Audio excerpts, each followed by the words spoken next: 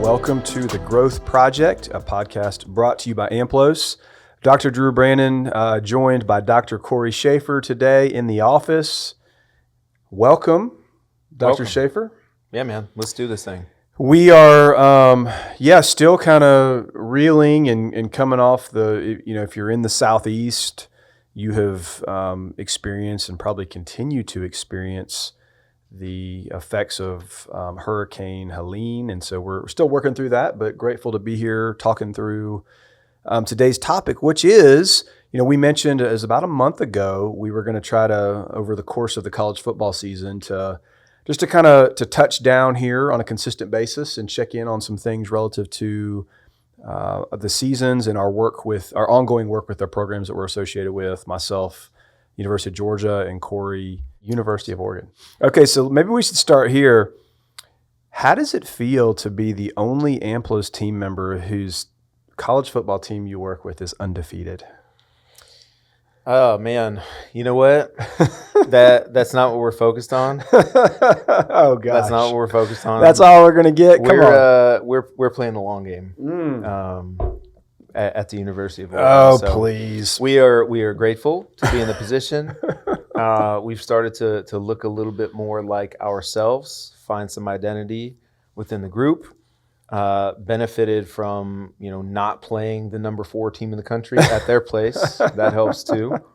But the schedule that's ahead of us is looming. So that's all I'll say. I don't know how long that'll last. Well, I hope that you are just relishing it, and maybe while in the company of others, you are kind of basking in that. I don't know, but good for you. Okay, so, maybe I should have oriented everybody. There's certainly some folks that did not listen to our podcast about a month ago that kind of kicking off the college football season, or maybe have never listened to it. And so if you aren't familiar, Cory is in his 3rd season in his support of University of Oregon football and does a great job supporting Coach Dan Lanning in all things related to the culture and mental training of the program. Dr. Milt Louder, who's not with us today, has been a long-standing fixture at Clemson University football, and I work with University of Georgia football, and we are, as you said, coming off a tough one on Saturday. But you know what? There are definitely some positives, but we're not undefeated like Oregon anymore. That's okay, man. So, hey, you gave the casual football fan who may not have had any skin in the game there, y'all gave a game.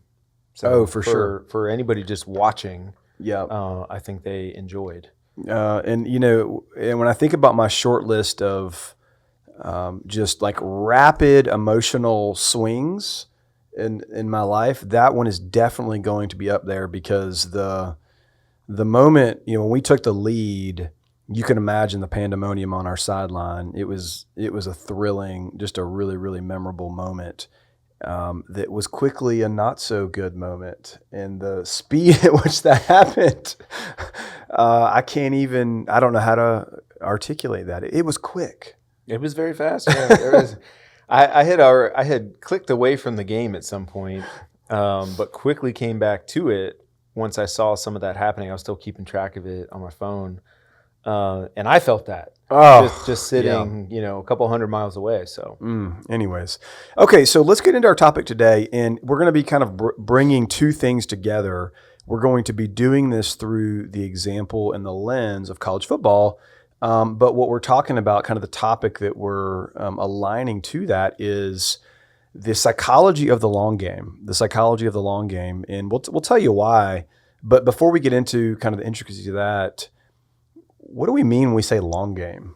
Probably in any competitive endeavor, regardless of industry, or for that matter, just life, it's so much more about building, growing towards something that's down the line, in the future, in the distance, as opposed to just what's happening, in the college football world that might be just this weekend.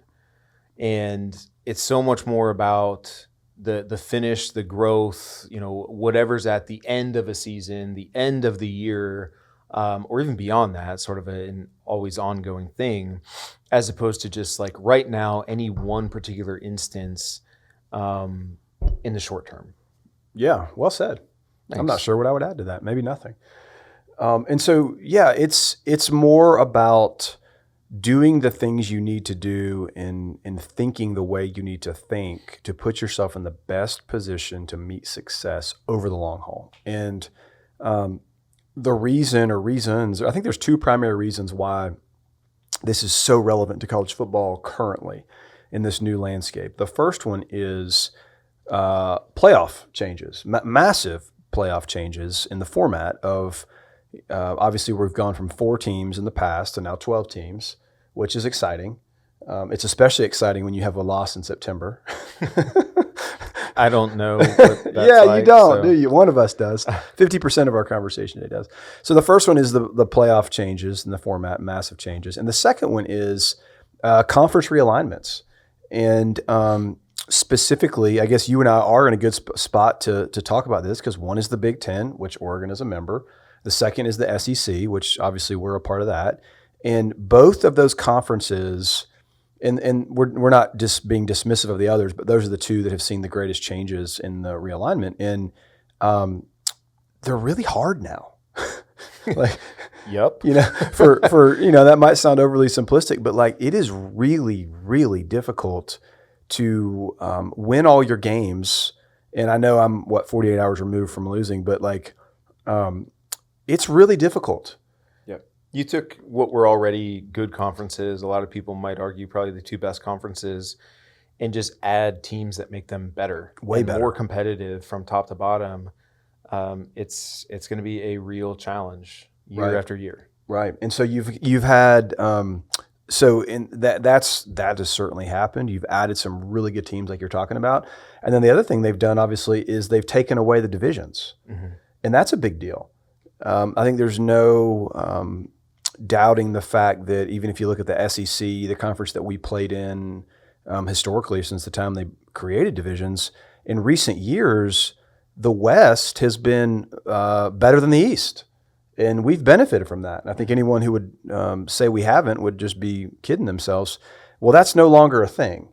And whereas in the past, you could be in your division and have a substandard record and still get into the conference championship game if you had the best record in the division. Yep. And it no longer works that way. Yep. Yeah, and again, so what that does is ultimately probably places less of a premium and a sense of urgency just week after week of like, you have to win every single game. Yeah. And we've talked about this, but just the stress that comes with that, the constant sense of urgency, the tension that can live within these buildings that we operate out of. I mean, it's incredible. Yeah. Because it, in a lot of ways, it can feel like the season is on the line every week. Yeah. When there were only 4 playoff teams, and typically how things have operated, like conference champions get in, like all that kind of thing. And the writing is on the wall really quickly. Like if you lose one game, you might not even make it into your conference championship game. So the odds of you getting into the playoff are pretty low at that point. So yeah, I mean, in years past, there was such a level of, again, just stress, and I'll use the phrase again, like sense of urgency all the time. Like all the chips go to the middle every week, week after week after week, because there was such and of course you always want to win games, right? We know that. For sure. And that's always going to be the point. But it really could take the wind out of the sails of a team with one loss. Yep. Yeah, and gosh, I mean, the implications of that are just so far-reaching in the sense of, I mean, 2 that I'll touch on. One would be health of players, because in that format, that you had players dealing with injuries who would play, although they probably shouldn't be playing. And just to be clear, I'm not talking about any program or any player or anything right now, but they would play or try to play in some of these games, although they shouldn't, because of what you just said. We can't lose. If we lose, the season's over. So they would probably force themselves into playing like that. And the second one would be this: the morale of, like, let's imagine, well, heck, we'll use our example. We just lost in the month of September. Under that old format, I don't think this would happen at Georgia because we've done so much work to kind of build our culture, but there are plenty of places where if you lose in September, you just lost your team. Mm-hmm. You lost the locker room. You lost morale.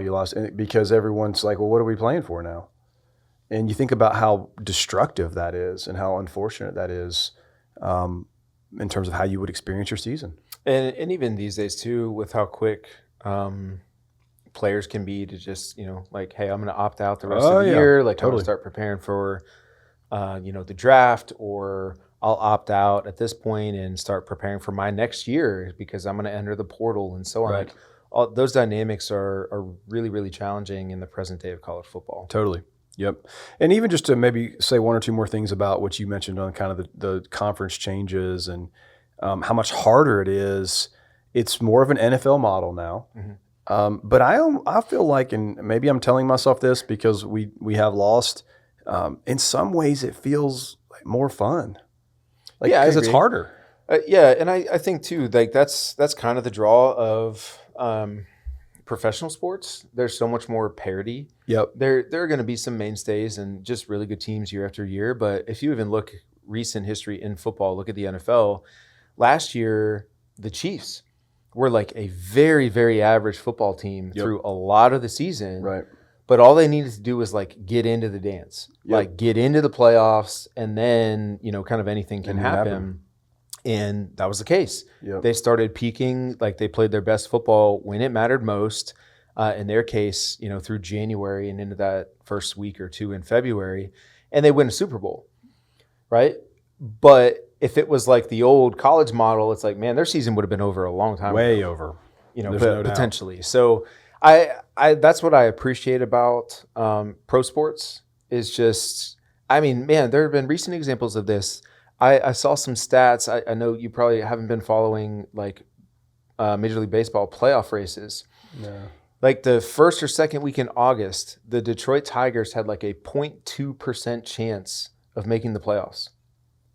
And they made the playoffs. Wow. Like that is fascinating. How'd they make it? Because there's a 162 game season. And that's the point is at 110 or 120 games in, they were below 500. They're not a very good team.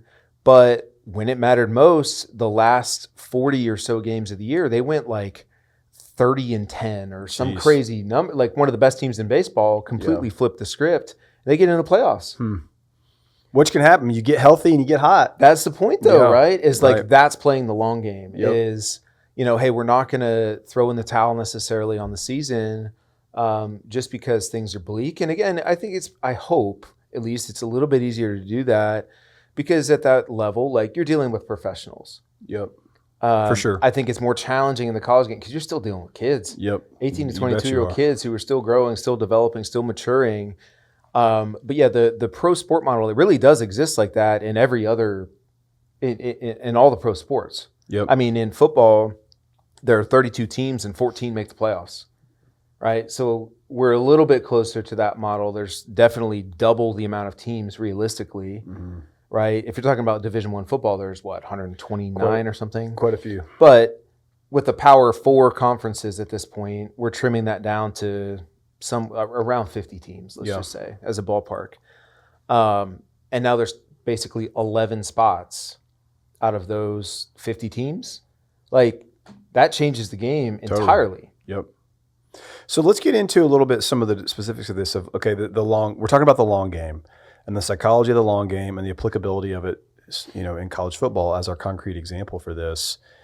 I'll start out with kind of a high-level statement, and maybe we can unpack that. Is what we're saying, Cory, is that in order to be successful in any long game endeavor, you must be able to keep your head and keep going.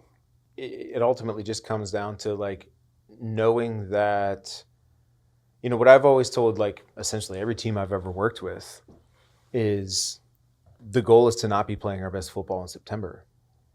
The goal is not to be playing our best football in October. The goal is to be playing our best football when it matters most, which if we're talking about college football is more like the November, December, and beyond time frame. By the way, we accomplished that goal by not playing your best football in September, if you watch the first half of that game. But in 2 out of the last 3 years, whatever, you have. Yeah. So you know what that looks like too. And So again, like that's been the message that I've always tried to iterate to teams, and I think we understand that well, just based on what it is that we do and the lens that we're already operating, or that we're just looking through as we do our work. But that's what it means. It's just like, hey, any one thing that happens on any given week right now, like that's not the finish line that we are concerned with. Right. We're worried more so about building, growing, developing for later in the season. That to me is what's important. And to keep your head or keep your head in the right place is just to know that, to understand that, make that your goal, make that sort of your daily commitment, just to go out and get better. After each week, win or lost, our process is going to be the same. It's not going to change. Mm-hmm. We're going to try to learn from it. We're going to try to get better, and we're just going to do that.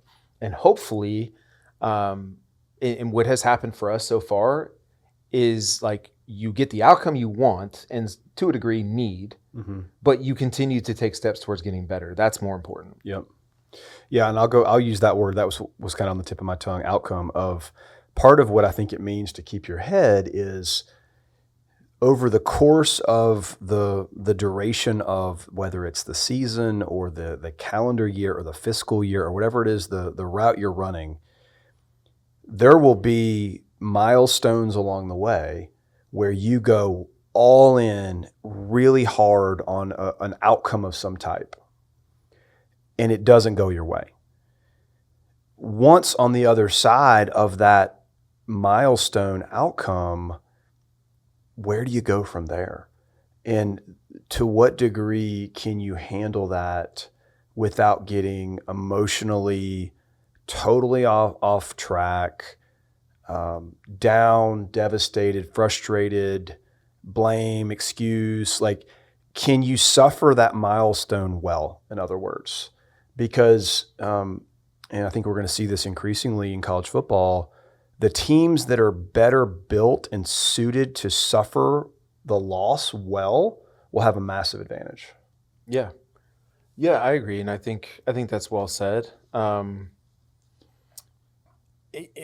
the challenge in doing that in the space that we're operating in is, like we mentioned a minute ago, we're talking about 18 to 22-year-olds who are not sometimes the most rational, logical, emotionally mature people. Right.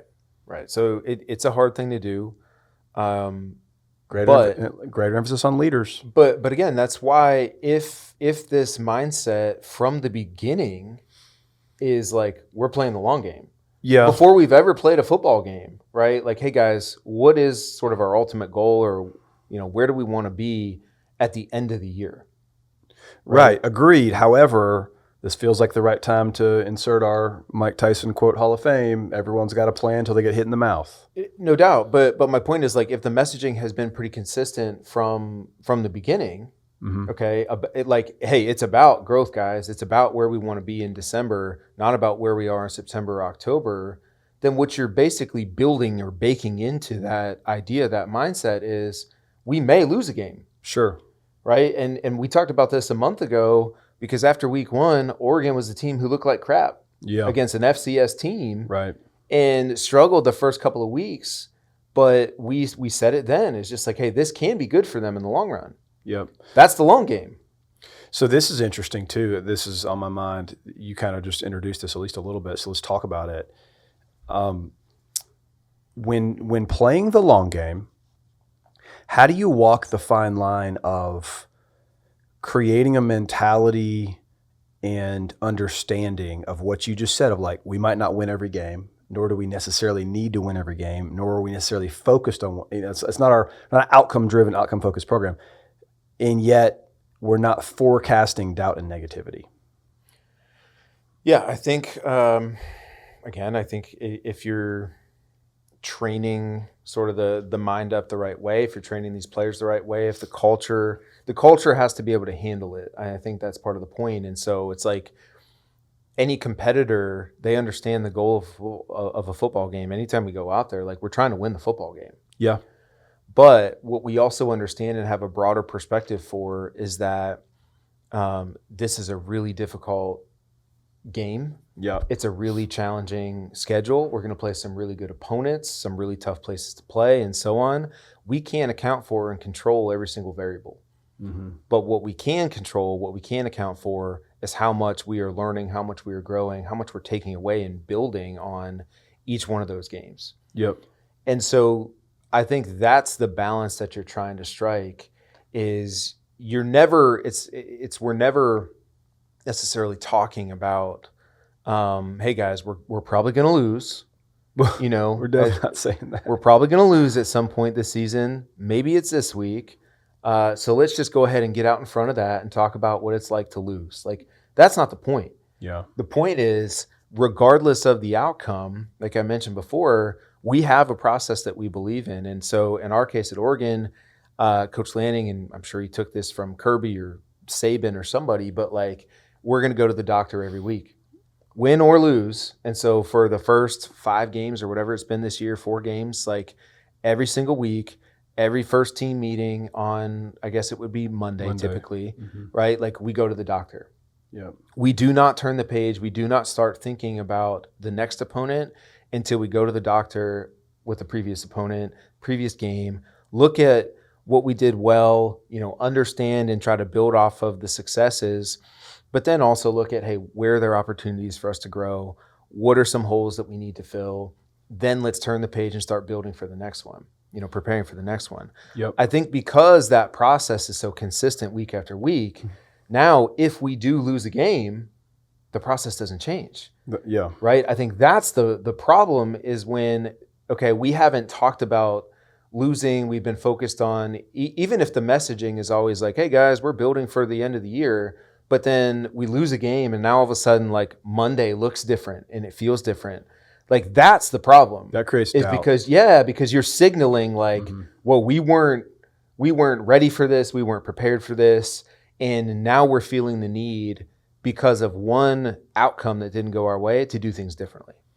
Yeah, I agree with all that. And I think it also emphasizes, people sometimes wonder, why is it so important that you spend all the months when you're not in your season building the right mentality and building the right understanding throughout the entire fabric of the program about like how we think about what we do.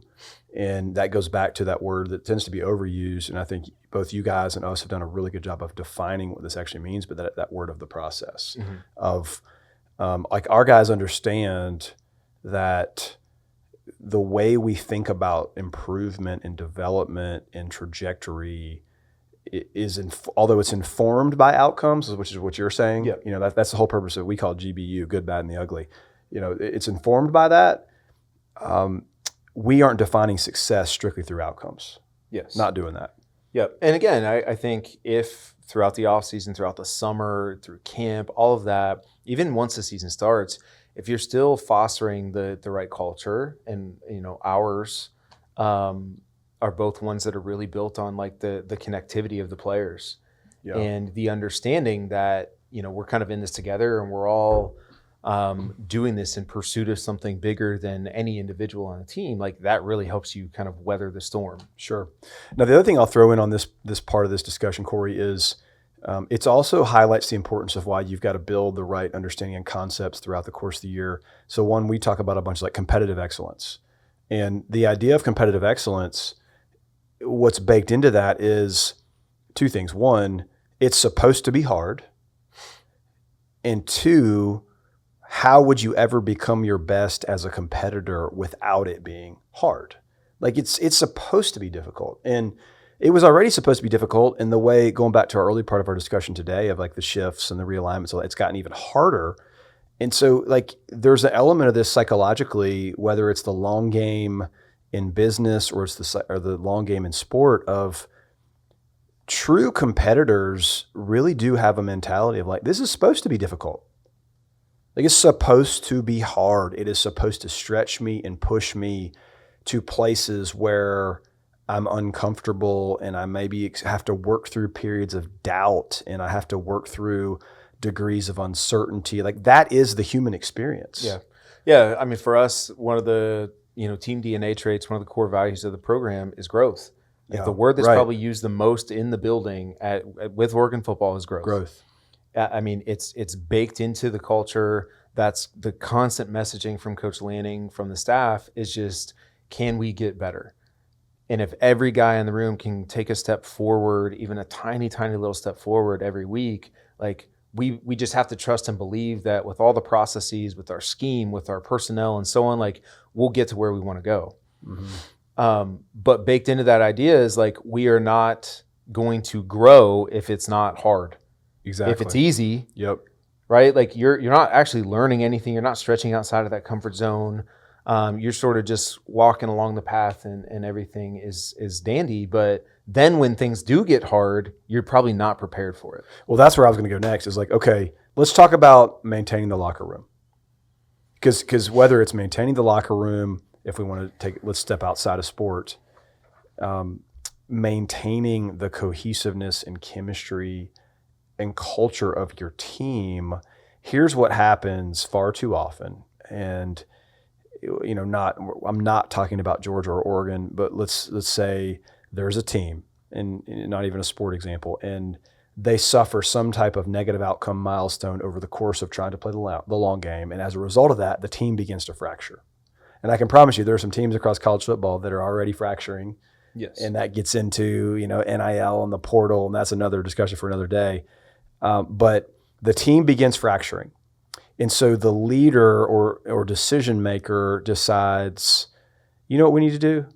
We need to do some kind of like team thing, some like team oriented whatever to like bring us back together. Guess what? Too late. Too late.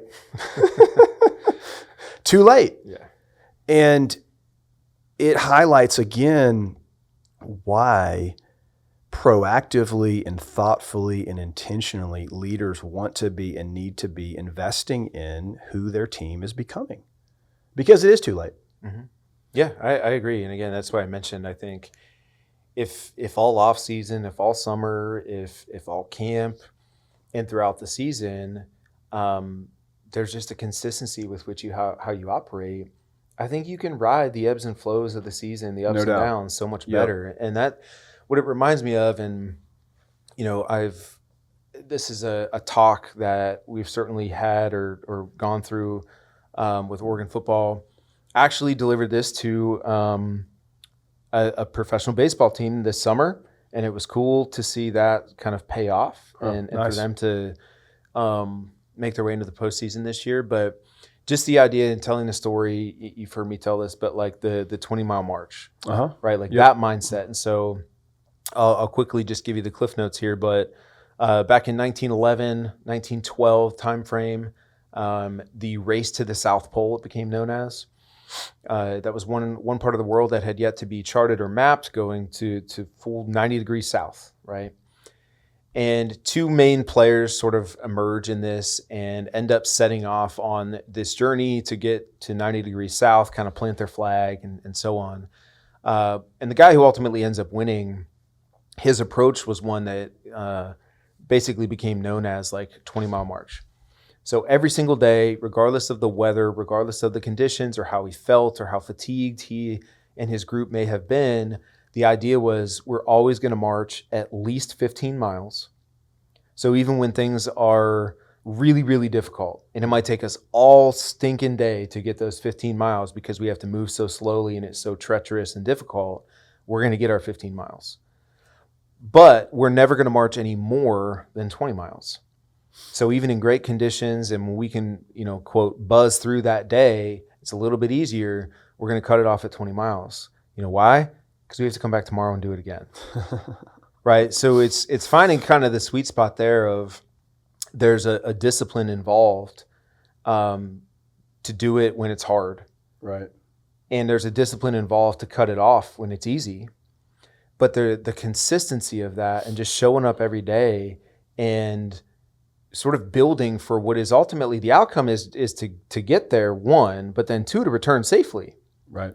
And that's kind of the point in the mantra, at least within Oregon, that we've tried to preach is like, hey, if we just trust our process, what that is kind of from week to week, from day to day, if we just keep building, if you guys keep investing in yourselves and try to grow, like we'll get to where we want to be.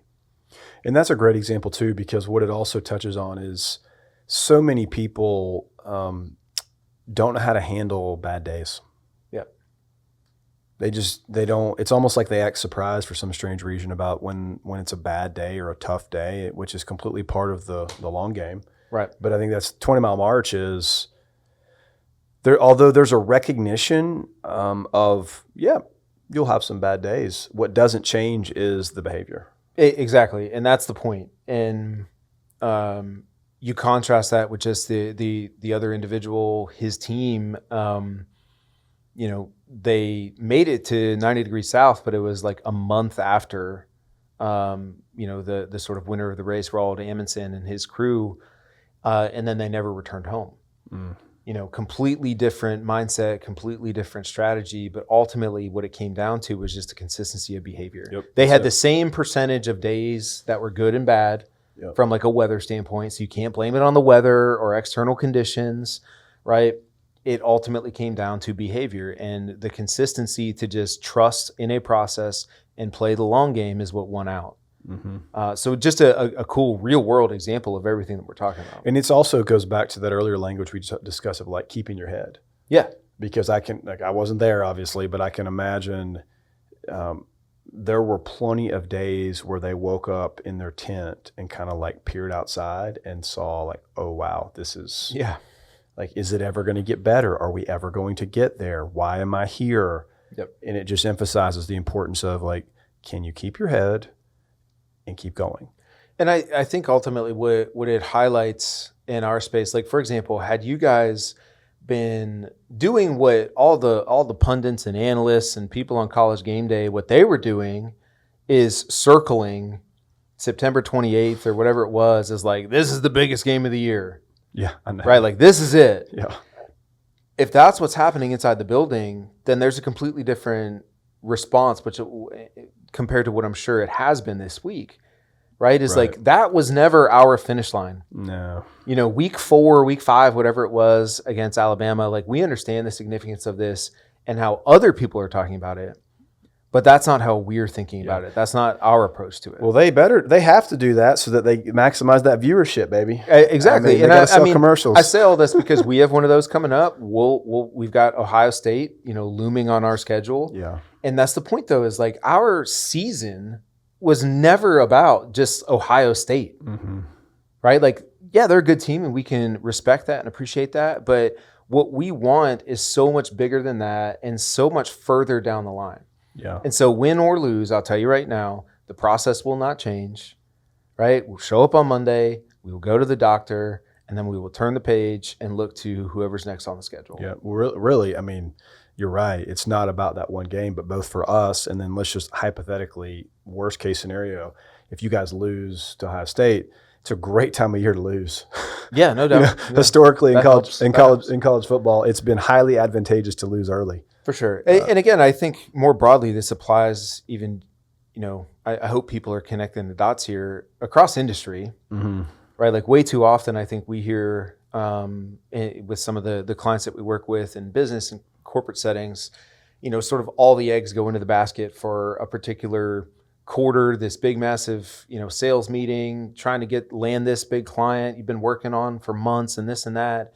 And when all the eggs go into that basket, you just, I don't know, it just makes me like cringe a little bit at like, man, I really hope they get the outcome because they've put so much into it. At this point, it would be so deflating if they didn't. Okay, so let's talk about that. I know we need to kind of wrap up here shortly, but that's probably a good final thing for us to get into. And here's the question I would put out there for leaders in any industry that you're talking about, Cory, is I hope that you as the leader are thoughtfully building your team and your team's culture in an effort to win.